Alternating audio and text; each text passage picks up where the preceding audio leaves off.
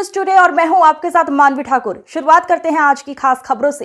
विधायक ने बेटे की शादी के 11 लाख समाज को सौंपे। बच्चों की शिक्षा और हॉस्टल पर होंगे खर्च, गरीब बच्चों के लिए बनेगा फंड। जोधपुर में शेरगढ़ विधायक बाबू सिंह राठौर ने बेटे की शादी के खर्च में शामिल 11 लाख रुपए समाज को सौंप दिए। ये रुपए हॉस्टल और बच्चों के शिक्षा के लिए खर्च होंगे। राठौर के बेटे भानु प्रताप सिंह की शादी 21 जनवरी को भावना कंवर से हुई। जोधपुर में गुरुवार को आशीर्वाद समारोह है। इससे पहले उन्होंने शादी में होने वाली फिजूल खर्ची के रुपए समाज को देने का निर्णय लिया है। जोधपुर में शेरगढ़ विधायक बाबू सिंह राठौर ने बेटे की शादी के खर्च में शामिल 11 लाख रुपए समाज को सौंप दिए। ये रुपए हॉस्टल और बच्चों की शिक्षा के लिए खर्च होंगे। राठौर के बेटे भानु प्रताप सिंह की शादी 21 जनवरी को भावना कंवर से हुई। जोधपुर में गुरुवार को आशीर्वाद रखा गया। इससे पहले उन्होंने शादी में होने वाली फिजूल खर्ची के रुपए समाज को देने का निर्णय लिया है। और अभी शादी भी है बेटे की, मेरा ज्येष्ठ बेटा है, तो उस शादी में भी हमने दहेज के लिए उनको मना कर दिया और टीके के लिए भी पहले मना कर दिया था। अभी नशा मुक्त मतलब हमारे समाज में ये टेबलें लगती है, शराब परोसते हैं, तो वो सारा फिजूल खर्चा हमने बंद करके और जो गरीब बालिकाएं हैं उनके पढ़ने के लिए हम दोनों परिवारों ने मिलकर के 11 लाख 5 लाख रुपए बाड़मेर में बालिका छात्रावास बनेगा उसमें दिए।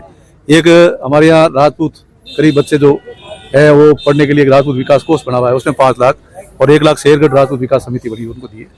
11 लाख रुपए वो भेंट कर दिए। तो ये फिजूल खर्चा जो वैसे ही होता तो पैसा बचा है उसको कहीं न कहीं सदुपयोग हो उसका, और उसमें हमने इसको डोनेट किया है।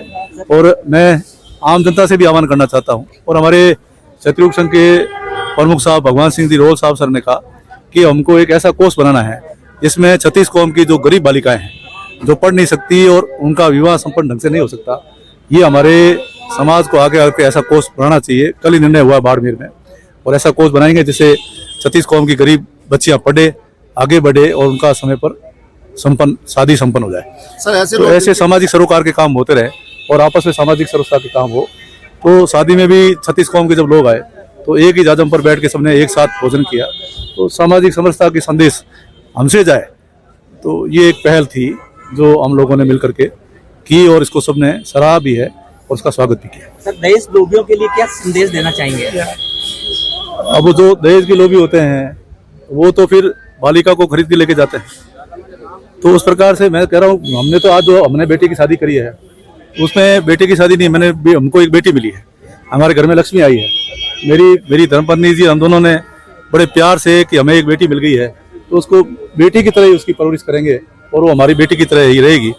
तो हमेशा आज 20 साल 22 साल जिस परिवार में पलती है और हमारे भरोसे पर वो हमारे घर आती है, तो हमारी बेटी होती है, उसको उसी सम्मान से घर में रखा जाना चाहिए। उसको बेटी और लक्ष्मी के रूप में पूजा जाना चाहिए। सर